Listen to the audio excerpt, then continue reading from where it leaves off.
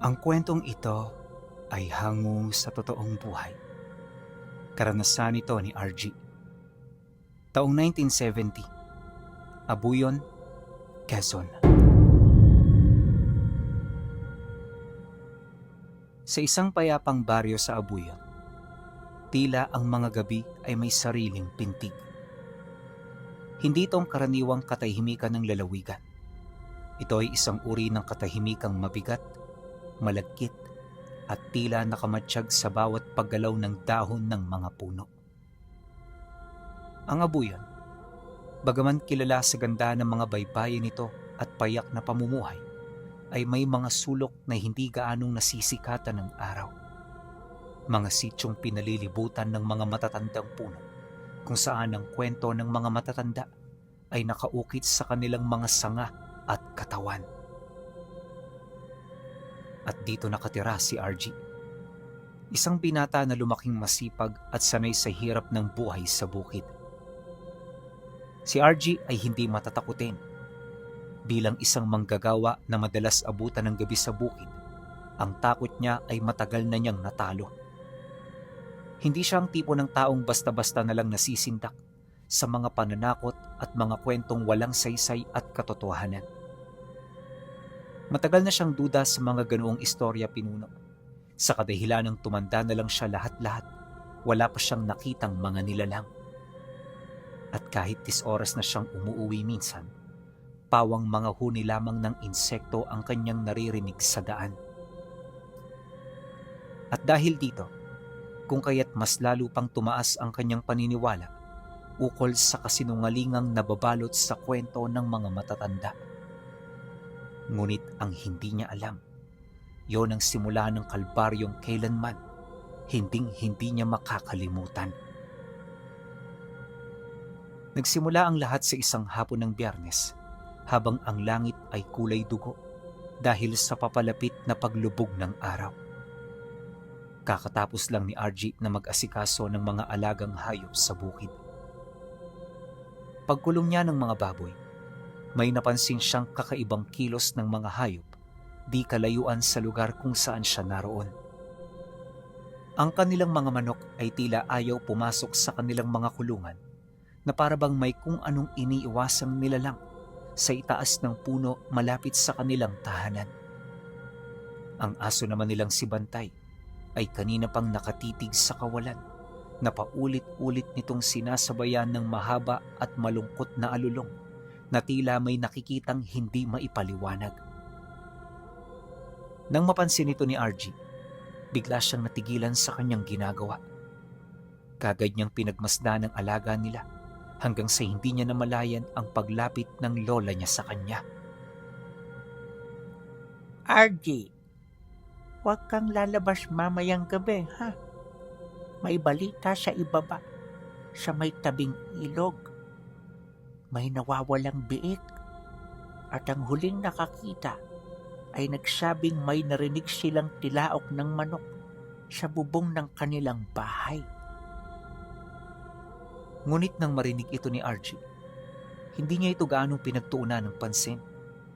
Sa halip, patawa siyang sumagot dito ng, "Lola naman, tumanda na ako lahat-lahat. Wala naman ako naranasang ganyan. Tsaka, 1970 na ho. Uso pa ba yan? Baka naman sadyang magnanakaw lang o kaya nakuha ito ng sawang naghahanap ng pagkain." Nang marinig ito ng lola niya, hindi na ito sumagot. Sa halip kagad na itong pumasok at mas hinigpitan palalo ang mga trangka ng bintana at pinto.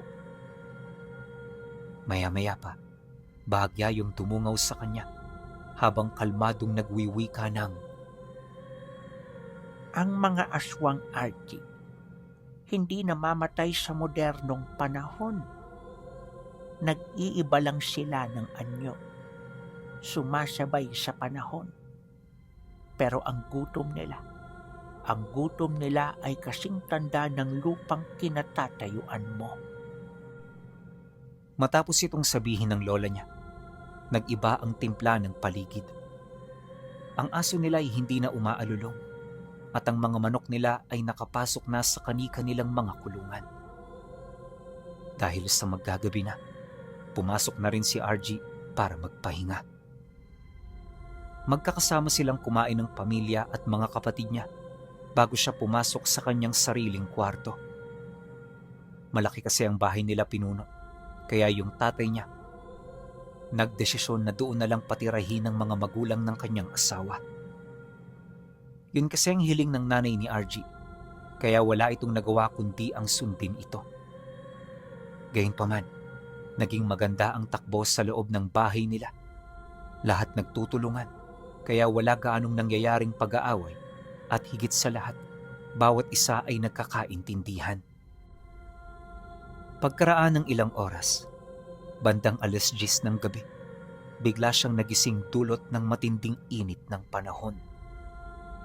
Kahit gabi na, pakiramdam niya may naiwang baga sa loob ng kwarto niya, kaya para maibsan ito, binuksan niya ng bahagya ang bintana na nakaharap sa malawak na taniman ng nyog.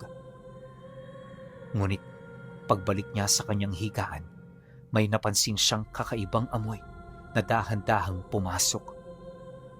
Amoy ito ng nabubulok na karne na hinaluan ng malansang amoy ng dugo ng isda.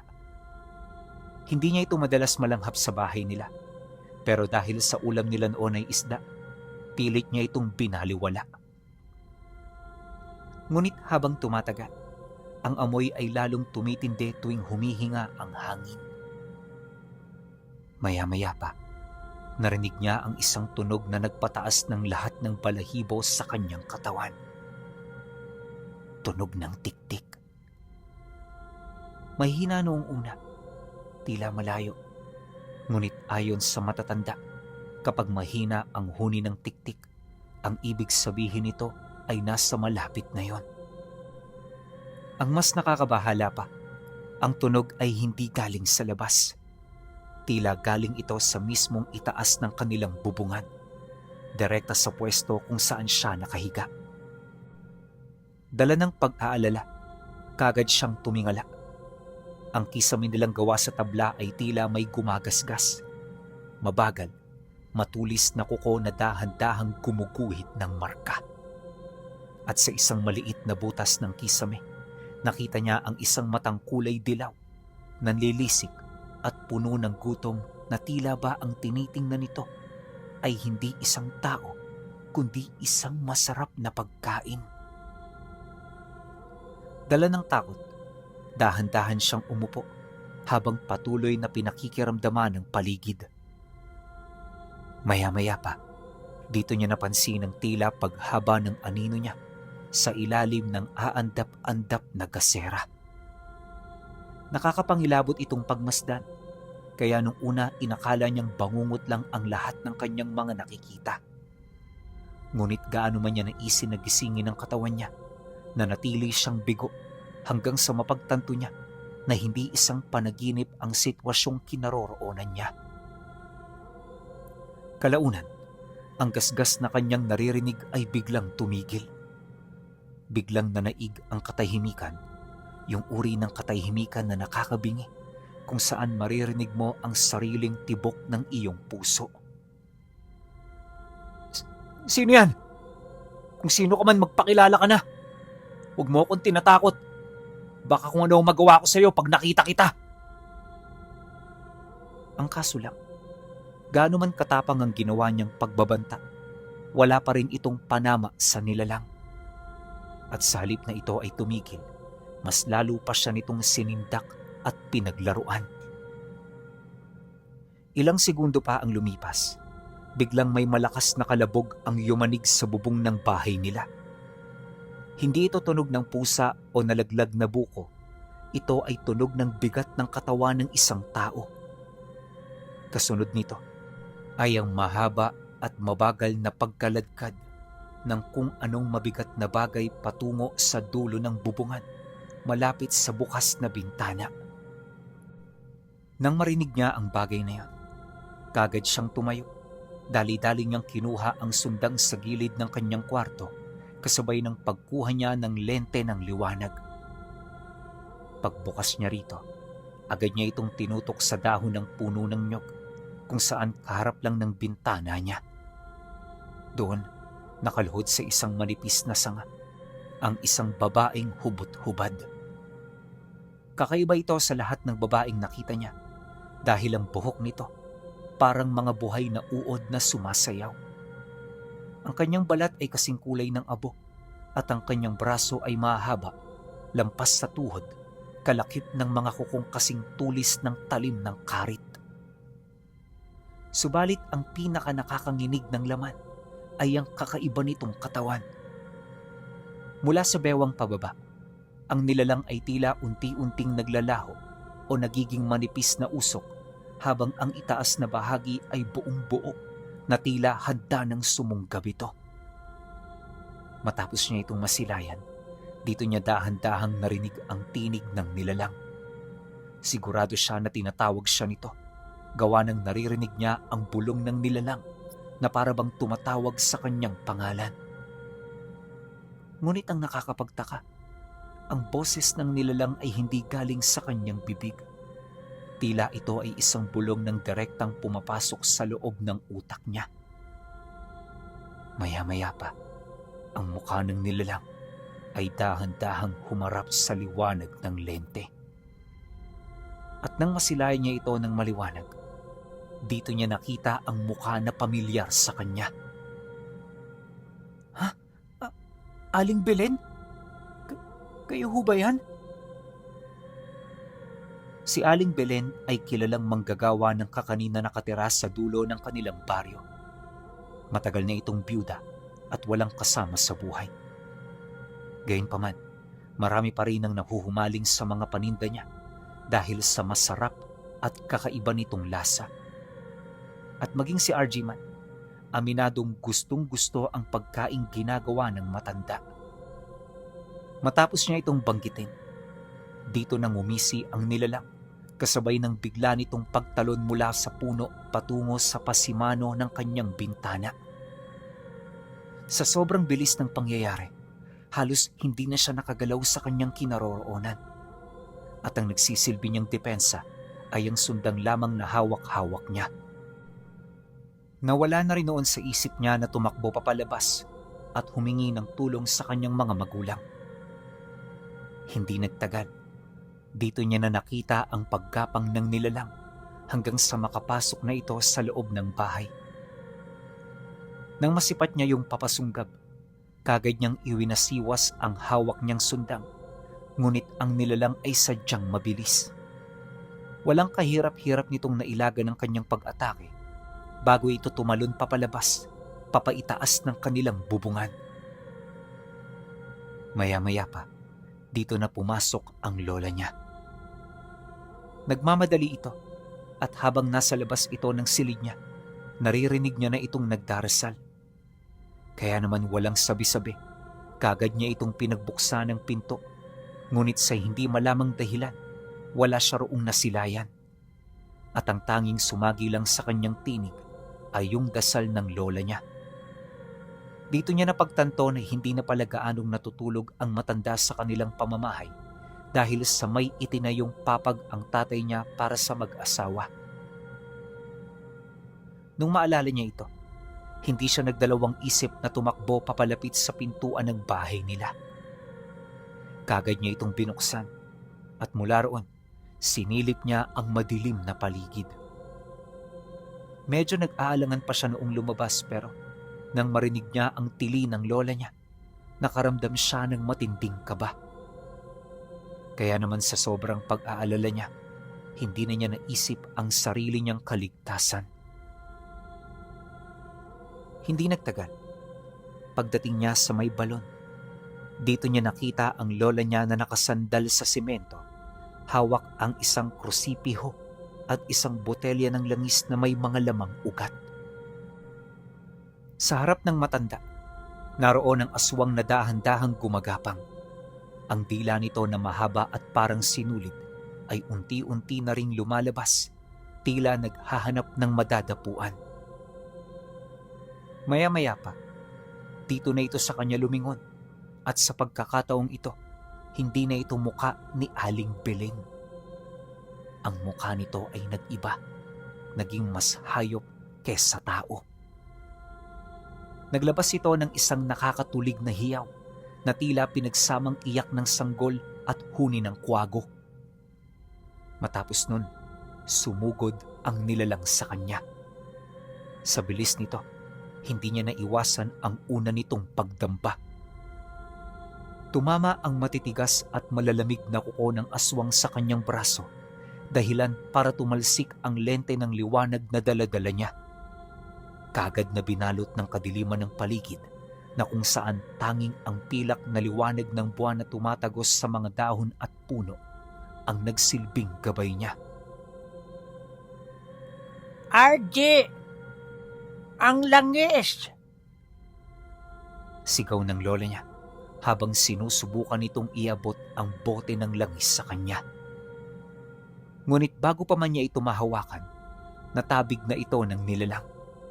Kagad itong bumagsak sa lupa at nabasag hanggang sa lamunin na ng lupa ang likidong laman-laman nito. Dahil sa pangyayari, naghalong kaba at takot ang naramdaman ng lola niya. Sa punto kasing yun, aminado ito na ang huli nilang pag-asa ay nawala sa kanila. Ngunit nang malaman ito ni RG, hindi takot ang nanaig sa kanyang katawan, kundi ang galit at tapang, dulot ng kagustuhan niyang mabuhay at mailigtas ang lola niya. Pagbaling niya ng tingin sa nilalang, nakita niya itong nakatayo sa dalawang paa pero nakayuko, at ang mga braso nito ay halos sumayad na sa lupa. Humihinga ito ng malalim at sa bawat singhal nito ay lumalabas ang masangsang na amoy ng pagkabulok. Ilang minuto pa ang lumipas. Sinugod na ito ni RG. Iwinasiwas niya ang kanyang sundang ng buong lakas. Ngunit ang aswang ay hindi parang tao na nasasaktan agad. Ang balat nito ay parang makunat na goma. Bagaman tumatama ang sundang sa braso nito, hindi ito bumabao ng malalim. Pero sa kabila ng ganoong sitwasyon, hindi siya umatras. At habang tumatagal, mas lalong nag-alab ang kagustuhan niyang mapaslang ang nilalang. Maya-maya pa, sa muling pagsugod niya, isang malakas na sampal ang tumama sa kanyang muka. Paglapat ng puwersa nito, kagad siyang tumilapon kasabay ng ilang beses niyang paggulong-gulong sa lupa. Habang nakahandusay at pilit na bumabangon, may napansin siya sa paligid ng balon.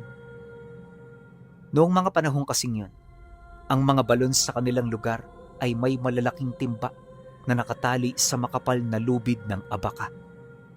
Dahil dito, kung kaya't nakaisip siya ng magandang ideya. Wala ngang taglay na orasyon si RG Pinuno, ngunit meron siyang pag-iisip. At ang pag-iisip ang isa sa pinakamabisa niyang sandata. Nang muling sumunggab ang nilalang, hindi niya sinalubong ang puwersa nito. Sa halip, gumulong siya patungo sa gilid ng balon. Ang aswang naman sa sobrang bilis, tumama sa sementadong pader ng balon. At sa sandaling yon, nagkaroon ng pagkakataon si RG para kunin ang lubid ng timba na siya namang mabilis niyang ipinulupot sa leeg nito. Pilit na nagpumiglas ang aswang. Sinubukan nitong alisin ng lubid pero sa sobrang lakas nito, mas lalo lang itong humihigpit. Dahil sa pangyayari, dito na ito nagsimulang umatungal. Ngunit ang boses nito ay naging isang matinis na tila nagpapayanig sa katahimikan ng gabing yun. Pilit siya nitong kinalmot. Kaagad na bumao ng matatalas nitong mga kuko. Ngunit hindi siya bumitaw sa taling hawak-hawak niya. Ginamit niya ang buong bigat ng kanyang katawan para hilahin ang lubid pa itaas gamit ang kalo ng balon bilang suporta. "Lola! Ang sako!" Nang marinig ito ng matanda, dali-dali itong pumunta sa gilid ng bahay kung saan nakatambak ang mga kopra. Pag-alis nito, mas lalo pa niyang pinigilan ang pagpupumiglas ng nilalang. hanggang sa unti-unti na itong nasasakal ng lubid na hawak niya. Pagkakuha naman ng lola niya ng sako, nagmamadali itong lumapit. At nung makarating na ito, kaagad nitong binuhos ang apog na laman nito. Ang apog ay pumasok sa nanlilisik na mga mata ng aswang. Maya-maya pa, nang maramdaman nito ang libu-libong parang tinik na tumutusok sa balintataw ng mata niya, isang nakakangilong hiyaw ang pinakawalan nito habang pilit na kinakalmot ang mukha niya. Dahil sa hapdi at pagkalito, ang nilalang ay nawala ng balanse at tuluyang nahulog sa loob ng madilim na balon. Rinig na rinig nila ang paglubog nito sa tubig at ang paulit-ulit nitong pagpupumilit na makaahon. Walang sabi-sabi, kinuha niya ang mabigat na takip ng kahoy at ipinatong ito, tsaka tinalian ng makapal na kadena na dati ay gamit sa kanilang kalabaw. Matapos ang pangyayari, hingal na hingal siyang napaupo sa tabi ng balon at dito unti-unti na niyang naramdaman ang hapdi ng kanyang sugat at sakit ng kanyang buong katawan. Dahan-dahan na rin siyang nanginig sa takot at halos hindi niya mawari kung papaano siya nakaligtas sa ganoong sitwasyon. Paunti-unti, nang ang takot ay magsimula ng rumihistro sa kanyang isip, dito na siya nagsimulang manginig. Aminado siya na wala siyang kapangyarihan, pero sa gabing yun, ang simpleng lubid, apog at determinasyon ang nagligtas sa kanila. Nang sumikat ang araw, hindi na aswang ang laman ng balon. Wala silang nakitang bangkay o nilalang at ang tanging naiwan ay ang amoy ng malansang dugo at punit-punit na duster ni Aling Belen na nakasabit sa gilid ng semento. Ngunit ang pagkamatay ni Aling Belen ay hindi naging huli sa bangungot ng kanyang pamilya. Sa katunayan, ito ay nagsilbi lamang mitya ng isang mas matindi at mas madilim na yugto sa kanilang pamilya. Ang asawa ni Aling Belen na si Mang Gorgonyo ay isang lalaking tahimik at laging nakayuko kung maglakad. Ngunit sa likod ng kanyang maputlang anyo ay nagtatago ang lihim na mas malalim pa sa balon kung saan nahulog ang kanyang asawa. Hindi lamang siya asawa ni Gorgonyo. Siya ay isang tagapag-alaga at ang siyang nagpapakain sa gutom ni Belen. Nang matagpuan ni Gorgonyo ang punit na duster ng asawa niya sa gilid ng balon, walang luha ang pumatak sa kanyang mga mata. Sa halip, ang kanyang mga kamao ay nanginig sa galit at ang kanyang mga mata ay nagkulay ube. Isang tanda ng masamang sumpang matagal na niyang itinatago. Hindi lumantad si Gorgonyo upang kumprontahin ang kanyang pamilya noong mga panahong meron itong pagkakataon. Alam niyang ordinaryong tao lang si RG, ngunit alam din niya na may angking talino ang binata. Ginamit ni Gorgonyo ang pinakamatandang paraan ng paghihiganti, at ito ay sa pamamaraan ng pangkukulam. Isang gabi, sa loob ng kanyang barong-barong na pinalilibutan ng mga tuyong bungo ng hayop, kinuha niya ang isang maliit na manika na gawa sa dayami na hinaluan ng hibla ng buhok na nakuha niya sa bakuran nila RG. Sa ilalim ng aandap-andap na kandilang itim, sinimulan niyang itusok ang karayom. RG, ang bawat hakbang mo'y magiging tinik. Ang bawat hininga mo ay magiging apoy. Makalipas ang 3 araw, nagsimulang magbago ang takbo ng buhay sa kanilang tahanan. Ang kanilang mga pananim na nyog ay biglang natuyo at namatay, na tila hinigop ang lahat ng sustansya sa loob lamang ng isang gabi. Ang kanilang huling kalabaw ay natagpuang nakatihaya sa bukid. Wala ni isang sugat sa katawan, ngunit tuyot ang lahat ng dugo. Ngunit ang pinakamatindi ay ang nangyari sa lola niya. Isang umaga, Hindi na ito makabangon.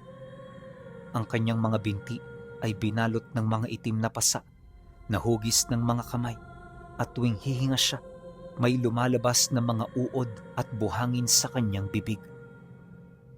Dahil dito, kung kaya't binalot ng matinding pag-aalala ang kanilang pamilya. Hindi na rin kasi nagsasalita ang lola niya. Pero nung makaharap siya nito, tila bang naglakas loob ito na magwika. RJ, huwag kang titingin sa likod mo. Narito na siya. Nang marinig ito ni RJ, halos hindi siya makaimik. Di niya mawari kung sino at kung ano ang tinutukoy ng lola niya. Inisip niyang wala lang ito at bunga lang yon ang pinagdadaanan ng matanda. Ngunit habang tumatagal, sa kabila ng ordinaryo niyang katauhan, dahan-dahan niyang nararamdaman ang pagdating ng isang nakakapangilabot na nilalang. Inabot pa ng ilang araw ang pakikipagpakiramdaman niya hanggang sa paunti-unti napagtanto niya na merong gumagambala sa mga taong malalapit sa kanya. At sa puntong yon, hindi na siya naghintay na maubos pa ang kanyang pamilya. Siya na mismo ang naghanap sa nilalang na may kaugnayan sa aswang na kanyang napaslang. Bitbit ang kanyang sundang.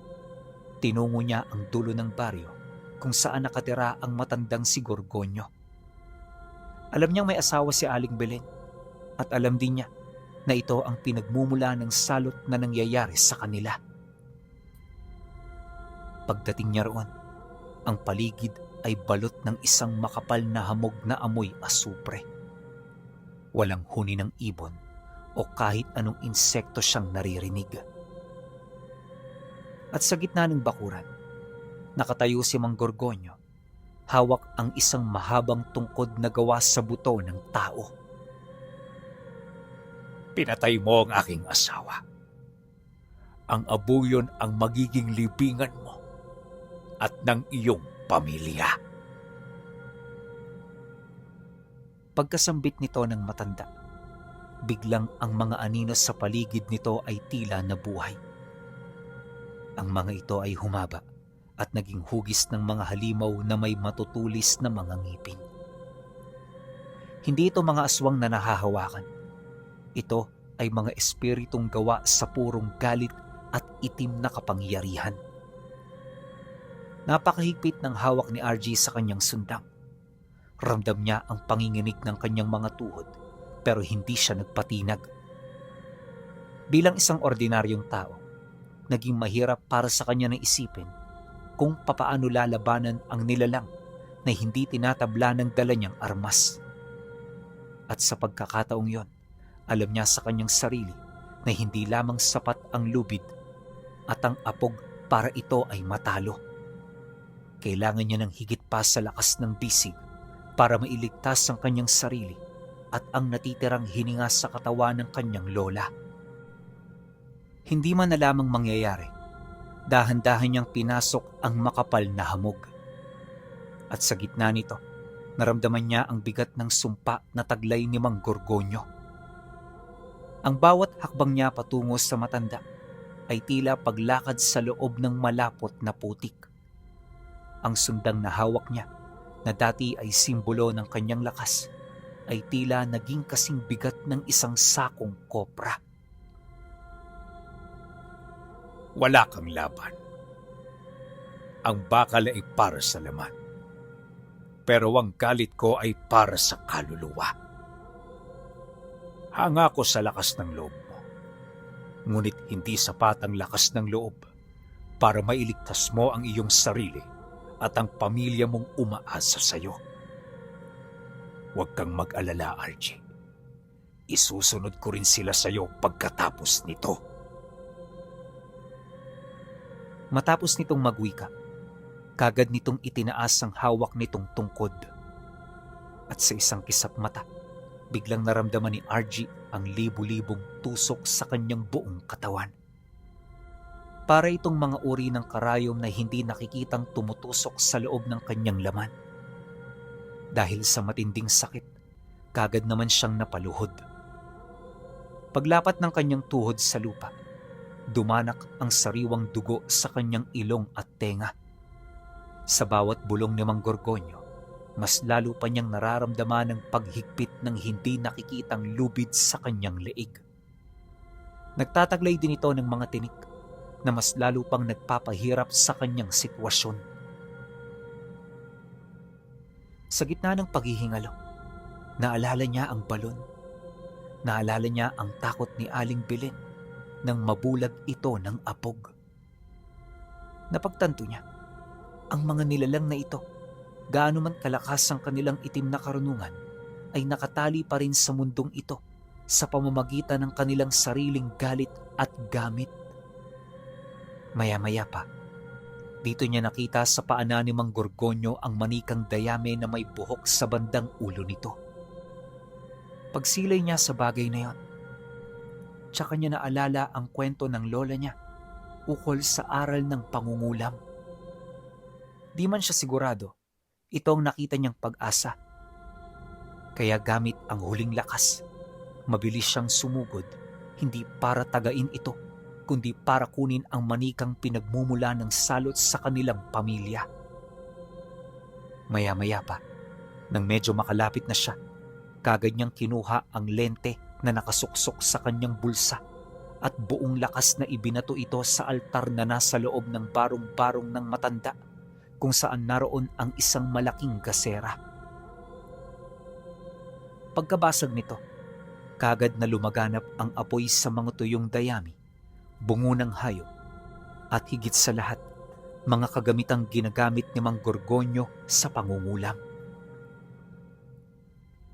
Maya-maya pa, bigla na ring dinilaan ng apoy ang manikang dayami, senyales na ang koneksyon ng kulam ay tuluyan ng naputol.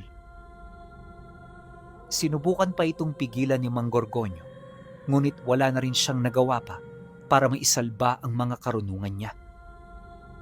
Kalaunan, ang lahat ng itim na enerhiyang inilabas niya ay dahan-dahan na ring bumabalik sa katawan niya. At ang mga aninong halimaw na nilikha niya ay unti-unti na ring lumingon sa kanya ng may galit. Sa loob ng nasusunog na bahay, nakita ni RG kung papaano nilamon ng sariling anino ang matanda. Mabilis itong tinunaw ng apoy habang ang kanyang mga tili ay humahalo sa lagaslas ng mga nasusunog na kawayan. Matapos niya itong masilayan, hindi na rin siya nagsayang ng oras. Gamit ang natitira niyang lakas, kagad siyang tumayo at mabilis na nilisan ang lugar. Hindi na siya lumingon sa naglalagablab na barong-barong sa takot na baka may kung anong nilalang pa ang magpumilit na lumabas dito at humabol sa kanya. Kinabukasan, napansin niya ang hamog ay napalitan ng sariwang hanging dagat. Kalaunan paggising niya, dito niya nakita ang lola niya na himalang nakabangon. Bumalik ang lakas nito at ang epekto ng sumpa ay nagsimulang mawala. Lahat sila nagalak sa nangyari at kahit hindi nila alam ang dahilan, di nila maiwasang magpasalamat. Habang nagsasaya ang kanyang pamilya, pasimple naman siyang tumungo sa tabing dagat.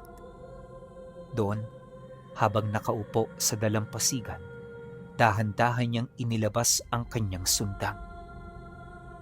Ilang minuto niya itong tinitigan bago niya ito itapon sa malalim na parte. Sa puntong yon, naintindihan na niya sa mundong puno ng kababalaghan na ang pinakamalakas na proteksyon ng isang ordinaryong tao ay hindi bakal o orasyon, kundi ang talas ng isip at ang paninindigan sa tama. Mula noon, tahimik na sa kanilang lugar. Ngunit tuwing sasapit ang takip silim, mapapansin mo pa rin ang mga taga-roon na mabilis na naglalakad, palaging may dalang liwanag, at hinding-hindi nakakalimutang tumingala sa itaas ng puno ng nyog upang makasigurong walang nakasunod na tiktik na siyang lahi ng bantog na matanda na si Aling Belen.